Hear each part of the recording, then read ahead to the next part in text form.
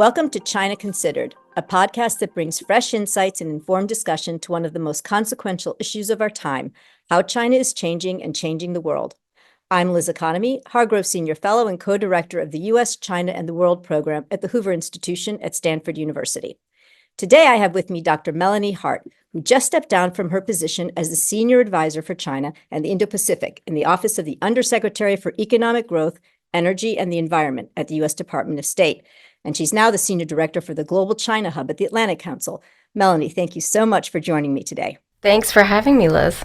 So you were instrumental at the State Department in designing and driving forward a number of the agency's most consequential China initiatives, particularly around combating Chinese economic coercion. Can you start by just telling us a little bit about what is economic coercion? Why did you decide to focus on this particular issue at this particular time? As you know, it's been around for a long time, but I've never seen a U.S. strategy to combat economic coercion. What made you take on this issue? Sure. So I joined the State Department in January 2021 when the Biden administration was coming in. It was the thick of when China was targeting Australia. Australia called for an independent investigation into the origins of the COVID crisis, and Beijing hit them with a wide array of ridiculous trade measures, economic coercion. And as I was going around the department talking to the really great career diplomats saying, what should the Biden team focus on? Because the Biden team came in with our own priorities, but a really important part of the process is going to the people who've been in the trenches and hearing from them where they think we should focus. And economic coercion just kept coming up again and again. There was a real desire across the department and across the interagency to find a way to do more than just be there diplomatically, to be there economically. And by happenstance, my boss, Undersecretary Jose Fernandez, was confirmed finally by the Senate in August of 2021. And that was the exact time that Beijing decided to go after Lithuania. And what Jose told us was, look, here we go. Let's use Lithuania as our test case. Their GDP is only 2% dependent on China. If we can't win this one, we'll know we have a problem. Let's throw the toolkit. Let's figure out what our toolkit is by digging around the interagency and finding every possible mechanism that we can use to directly support Lithuania. And I think that case was really the game changer. On the one hand, for other nations who had been targeted by China or were targeted by China afterwards, when they looked at Lithuania, they saw a model for how you can stand up for yourself, not back down in the face of bullying, and not just stand up, but actually turn it into a win for your own economy. Lithuania replaced all of the China trade that they lost with new partnerships in Asia. They started new embassies in Australia, South Korea, and Singapore. Their laser exports to South Korea doubled. So a lot of countries looked at that and said, hey, that's not a bad deal, actually.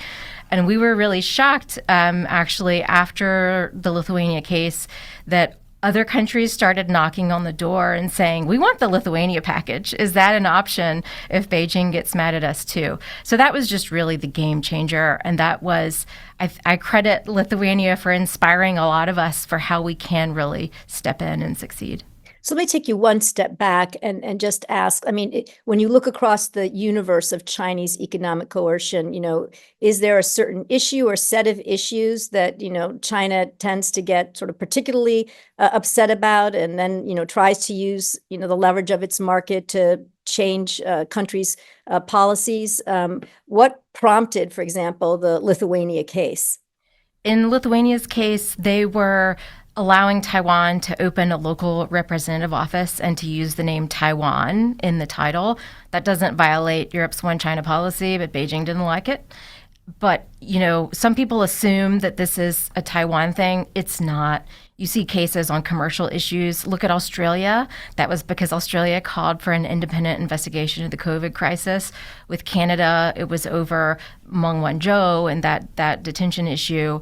It really varies by case. We've seen them target Philippine bananas in the past over South China Sea. When you look at the empirical record, there is almost no issue that Beijing won't use as a trigger for economic coercion. So unfortunately, there's really no safe space. Yeah, I remember back when Daryl Morey, who was the general manager of the Houston Rockets for the NBA, when he tweeted, fight for freedom, stand with Hong Kong. And I think, and then the Chinese, began to target the NBA and, have all their gear removed from the shelves, and particularly went off after the Houston Rockets, but also stopped televising the games in China. And I remember seeing on CCTV that it wasn't just, you're exactly right, it wasn't just about Taiwan or the South China Sea or what China called its core interests. What they said was any issue related, right, to sovereignty or social stability, right, does not fall within the purview of free speech.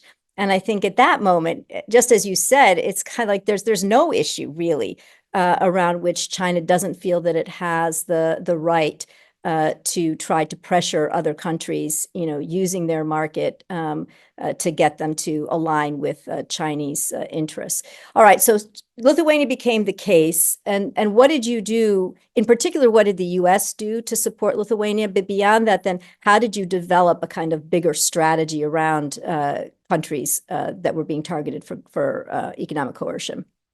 Sure. So the US rolled out a really innovative package to support Lithuania, which was all in direct response to what the Lithuanians were telling us China was targeting and where they need assistance.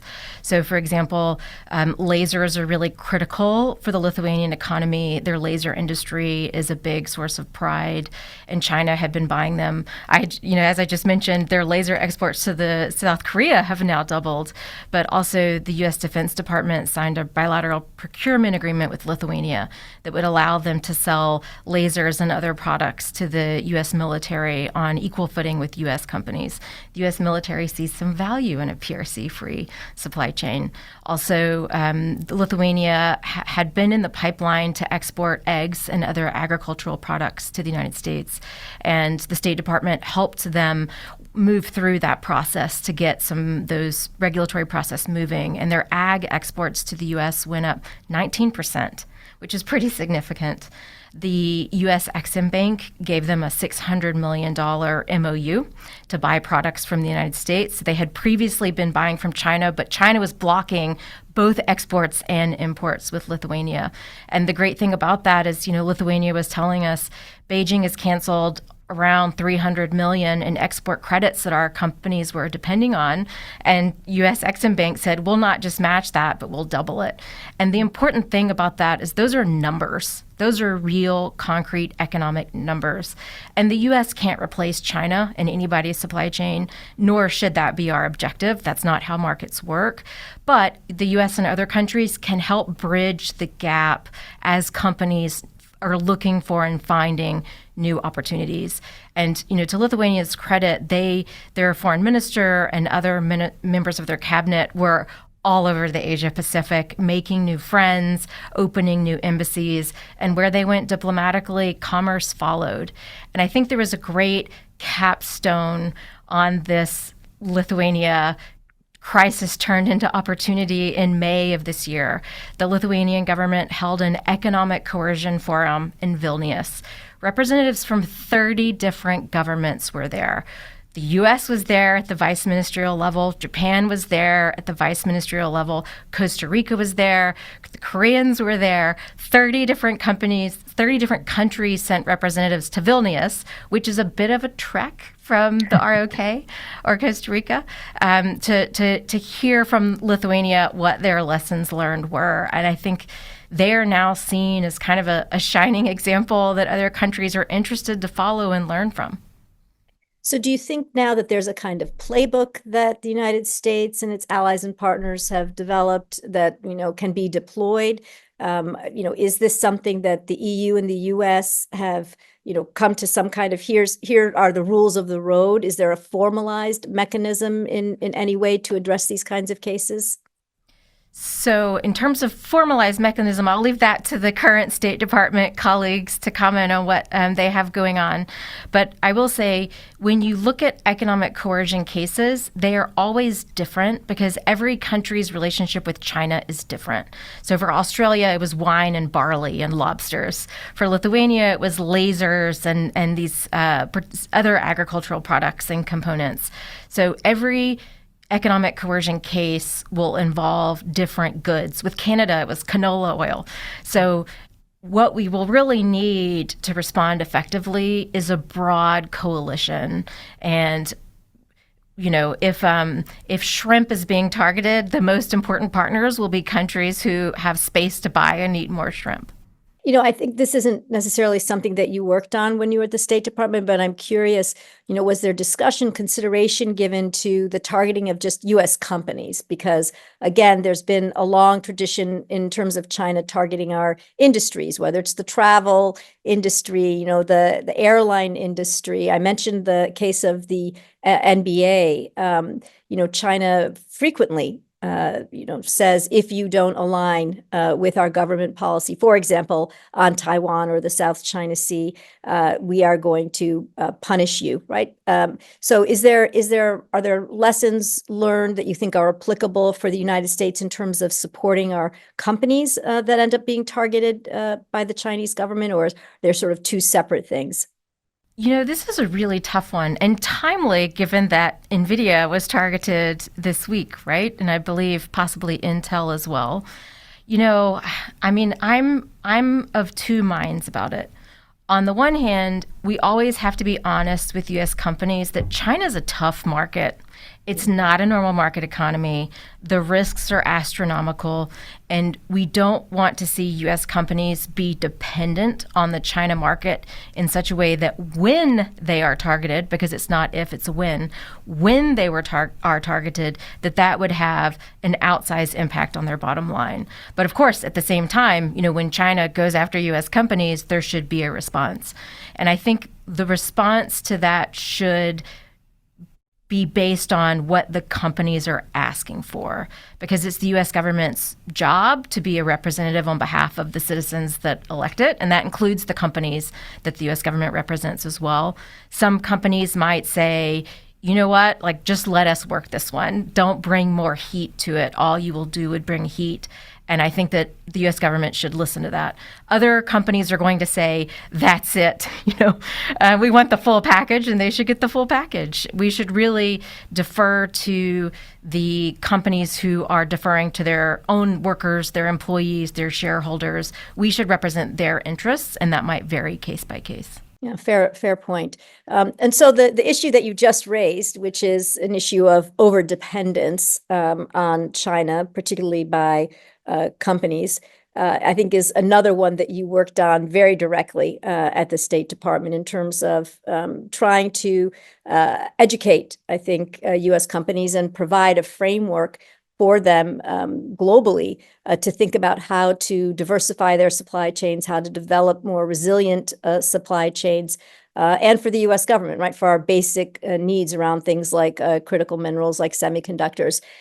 Talk about that work, and was that something that was of special interest to you, or is that something that was kind of mandated from on high? What kind of sort of effort did you personally undertake around this supply chain diversification issue, which has been, I think, a very central issue for the Biden administration? Yeah, so I'll focus on critical minerals and chips because they're different in terms of the mandate. For critical minerals, I really credit my boss from the State Department, Undersecretary Jose Fernandez.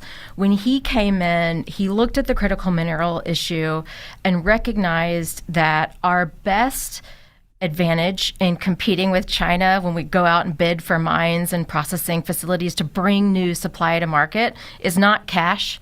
The U.S. government doesn't have boatloads of cash to bankroll mines, unfortunately. But we do have allies and partners who all share the same interest in having access to supply that's not controlled by Beijing. Since Beijing has demonstrated they will all cut all of us off from that supply whenever they choose to make a point about something. So, to his credit, Undersecretary Fernandez pulled a lot of experts together and came up with a very innovative idea that he then got allied buy-in for, which was the Mineral Security Partnership. The Mineral Security Partnership brings together 14 U.S. allies, including the European Union, to jointly identify projects of interest and pull together companies from allied governments, might be U.S., might not be U.S., financing from allied governments, and just get projects moving. Because from a U.S. perspective, we don't necessarily have companies that are working in all of these mining sectors or in all of the processing sectors or that want to. But if Australia does and they bring new capacity online, that supports U.S. national security. And if the U.S. brings something online, that's good for Australia as well. And that's been wildly successful. They announced 2 deals so far this year. One on germanium, a Belgian-based company teamed up with a DRC-based company to develop germanium in the DRC, and the other one's graphite, a graphite mine in Tanzania that's a joint project between a South Korean company, South Korea's POSCO, and Australia's BlackRock Mining. Those are real deals that are coming to market with allies coming together. I think it's a tremendous success and something I really hope to see the Trump administration continue because it's a winner. And I hope to see Congress put some money behind it. So you mentioned gallium and or germanium and germanium and graphite, which just happen to be 2 metals that the Chinese have put export controls on. Is that why, in fact, we pursued those projects, or does this happen to be luck of the draw? So the U.S. and China both look at the same trade data. So before China even started with the export controls, we were looking at the same trade data and seeing these are our vulnerabilities, so let's get moving now. China was looking at the same vulnerabilities, and that's where they decided to hit us. But before they even went down that road, the U.S. was already working on alternative supply. So is the process then basically to look at those minerals and metals where we have the greatest dependence on China, or is it a function of our national security that we're most concerned about? How do we make the determination about where to go? It's both. So when the MSP started up, it focused specifically on the critical minerals for the energy transition, and it's expanded over time. On the other side, you mentioned semiconductors. In the chip sector, there are specific critical minerals that we need to make a semiconductor chip. So when Congress passed the CHIPS Act, which gave the State Department a $500 million fund to do both 5G security and semiconductor supply chain and semiconductor security, which is a lot for that amount of money. State immediately looked at that and said, one of our priorities has to be going out and finding the critical minerals that are needed to make a chip and invest in capacity that's free from PRC control, because we cannot allow there to be a situation where, your colleagues at Commerce, Liz, are doing such a great job bringing these new fabs online here in the United States. We cannot have a situation where those fabs have to go get on their knees and beg Beijing for the gallium and the germanium that they need to make a semiconductor chip. So recognizing that there was a need for specific minerals where China had a stranglehold on global supply, State had a specific effort under the CHIPS Act focused on semiconductors.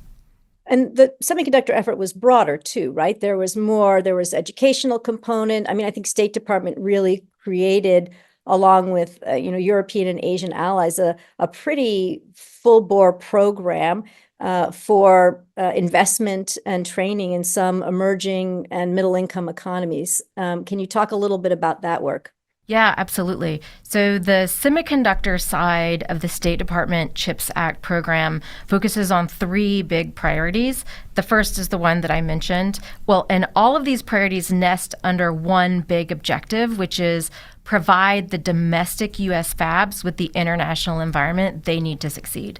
So the international effort is in service of the domestic effort and domestic U.S. jobs. It has 3 parts. 1, get the critical minerals needed to make a chip. Make sure we have access to supply that the PRC can't cut off. 2, work with allies and partners to get to a degree of coordination on policy, particularly subsidy policy. You don't want to see a situation where Commerce Department here in the US, the Europeans, the Japanese, the Koreans are all trying to subsidize the same companies to come and build fabs. And we're pricing each other out of the market by having to bid and compete with one another. So we wanted to do what we could to align subsidy policy among nations. And that required having some kind of early warning systems so that Europe could be dependent on chips from the United States and have early warning if a shortage is likely or a supply glut. And the same thing from the United States with Europe and Japan and Korea. We can be more confident with some friend shoring if we have good transparency and information on those supply chains. So that was the policy pillar with allies.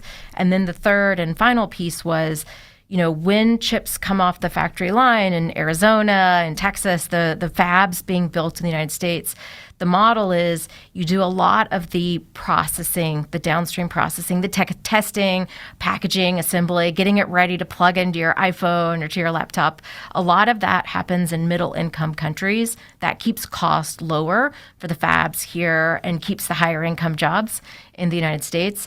And that capacity was concentrated in a few places, Malaysia particularly. During COVID, when Malaysia had COVID outbreaks, you couldn't make a car in the United States because the chip supply line ground to a halt. So that third piece of the chip strategy was identifying some clusters of nations that were ripe to either expand their downstream processing capacity or become a downstream processor.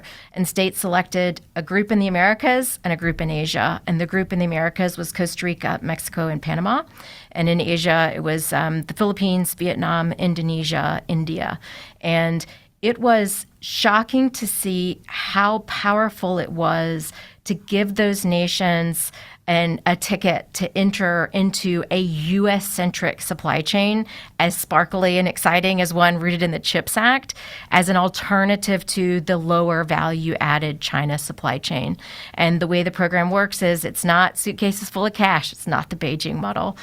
State deployed the OECD to go into these countries and do a deep assessment of why isn't TSMC building a plant right now? Why isn't Intel building a plant right now? And get a punch list of the things that needed to be done to move them up and make that market more attractive. And as you said, a big need was workforce development. So state funded Arizona State University to go in and train workers to work in some of these facilities.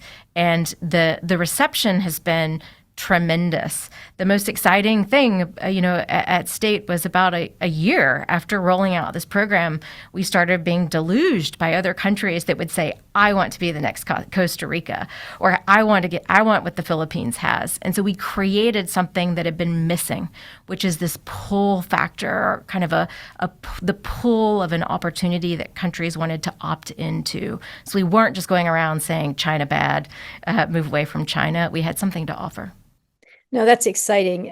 Of course, at a certain point, I guess that $400 million that State Department got to do this kind of work also runs out. Is there still money left to be deployed, or are we kind of at the end of the sort of the gravy train, or is it being picked up in different ways by, private institutions, universities, and companies that can keep moving it forward? What's the sort of sustainability of this program?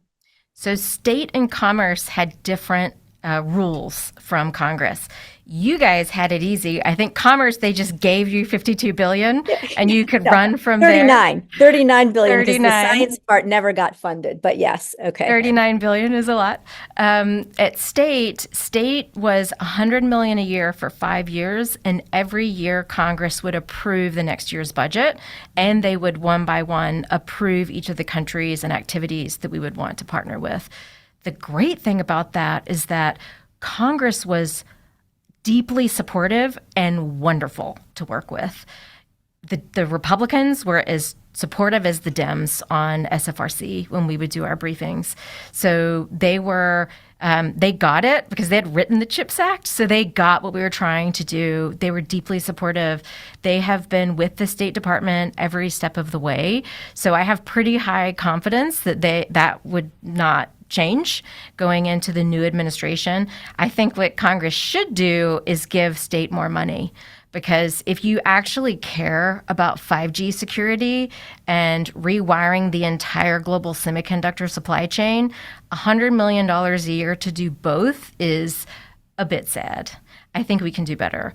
I think given that this is something the U.S. has never done before, it makes sense to start out where they started out and not overload the finances in the beginning. But at this point, the success speaks for itself, and there is clearly room and need to ramp up. And I think in particular, that critical mineral piece would be a great way, a great place to build in more funding, because now that the program has moved from identifying where the minerals are and where we should invest to being ready to do some of those investments, there's a lot of space. And they can, for example, maybe a lot of that money can flow through DFC, who can go in and finance some deals in some of these places. But, the question I always ask Congress is, do you want the U.S. fabs to have to get on their knees and beg Beijing for critical minerals or not? It's really their decision. Right. And I think because it so directly serves our national interest, and because the Chinese have developed a retaliatory toolkit now that directly targets these kinds of critical minerals and metals, I think maybe Congress will be more receptive to more funding for the DFC and for these kinds of investments moving forward. So, I think the major theme, and not surprisingly, since you were at the State Department, of your work and of your comments today has been on the partnership with our allies. You've talked a lot about what I think have been amazing successes that you've had in the work that you've done. Have there been any, if not failures, let's say, any efforts that maybe didn't come fully to fruition, things that the U.S., tried to pursue with our allies and partners, but just somehow didn't get the kind of pickup that, you would have liked to have seen? Well, let me say this. It is no accident that I have come to the Atlantic Council to do China work here. I think we have a lot of work to do in the transatlantic partnership and approaching the China challenge together. It was pretty frustrating to watch the dynamic play out when Europe was making the decisions about tariffs on PRC EVs. The US tariffed PRC EVs at 100%. Canada did the same thing. Brazil has tariffs on PRC EVs. Turkey has tariffs on PRC EVs.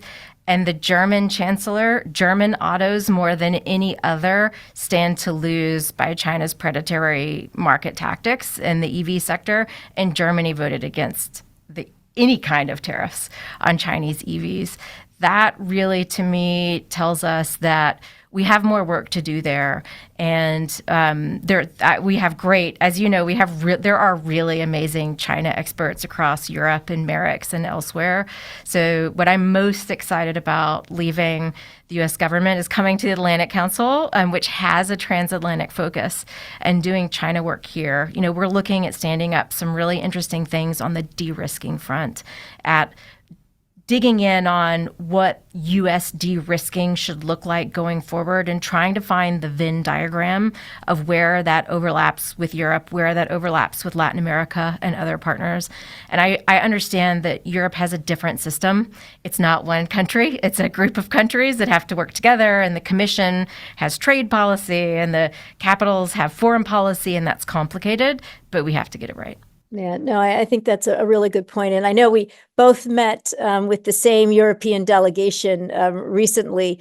And I think, one of the things that I spoke with them about is how, the U.S. government, and certainly at the Commerce Department, but I think also at the State Department, how we worked to educate U.S. business about the risks inherent in being, too dependent on a China market, and that this really did have, I think, a pretty profound impact. I think business really did move up pretty aggressively, a lot of business on a learning curve when it comes to the idea of de-risking. And so I think your work to educate more, I think, will be very welcomed, and as you say, I think probably pretty necessary. So let me ask you one last touch on one last area, which is Taiwan. because you also worked on the sort of U.S.-Taiwan economic prosperity partnership dialogue. Everything you did had a big, like, mouthful of words, I have to say. You know? But Taiwan obviously was a very important part of U.S. strategy over the past 4 years. And talk a little bit about what this was and what came out of it. So a lot of the State Department programs do have really long names, and so they all have acronyms. So we call the Taiwan dialogue the EPPD. Look, Taiwan is our seventh largest trading partner, our 10th largest export market, and the sixth largest market for U.S. food and agricultural products. That's huge. So it's natural that the U.S. should have economic mechanisms for talking to Taiwan. Commerce has a semiconductor supply chain dialogue with them. USTR has a trade, more than dialogue now, 21st century trade process with them. And I think about the State Department's EPPD as the U.S.-Taiwan dialogue where economics meets foreign policy. It's kind of the economic security, economic statecraft dialogue with Taiwan. And State Undersecretary Fernandez and the team just had the fifth EPPD with Taiwan in October, and they shared the list of things that they covered. It's economic coercion, working together to do infrastructure investments jointly in third countries. It is addressing bilateral taxation. I know Secretary Raimondo was really focused on that. We were encouraging TSMC to come here into the United States and invest, and the taxation burden is real there. Supply chains, all kinds of things. I mean, it's a great dialogue for figuring out how to align on the economic security side of the coin. Okay, great. If only we could have productive dialogues these days with the PRC as well. But I guess that's going to have to wait for some point in the future. Okay, so lightning round. Let me just ask you a couple of quick final questions. What's your must-read book or article on China?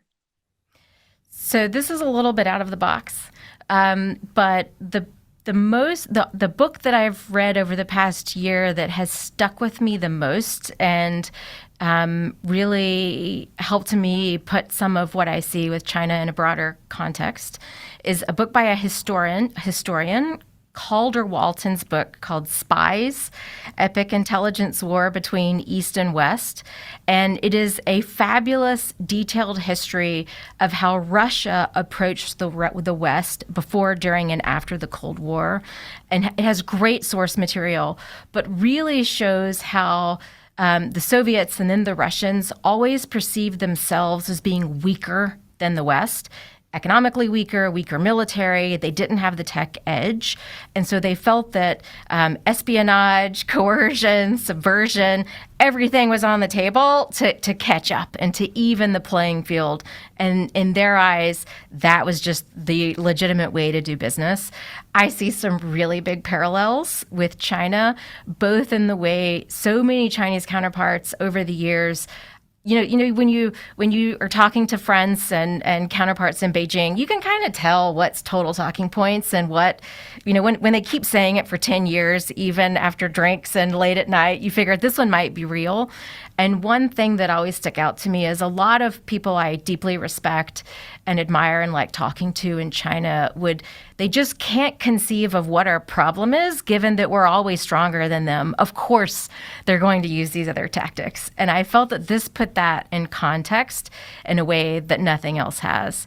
And, in terms of articles, there was one article that I kept on my desk at the State Department, and my colleague Jonathan Fritz did as well. And that's Xi Jinping's November 2020 article in Qiushi, where he just says blatantly, our aim is to make international supply chains dependent on China. We kept that there as a reminder of what our job was. That is a particularly, I think, telling quotation. It's good that he's always basically signaling exactly what he plans to do and what he sees his mission as being. I think it helps us a lot. Okay, what do you miss most and least about your time in government? I had a unique opportunity because the things I was working on, there was no playbook. After 9/11, the U.S. built up a whole counterterror apparatus and reoriented the government for counterterror operations. I see the Biden administration as a time when we were reorienting the government for economic statecraft and figuring out how to operate in this post-COVID economic security space.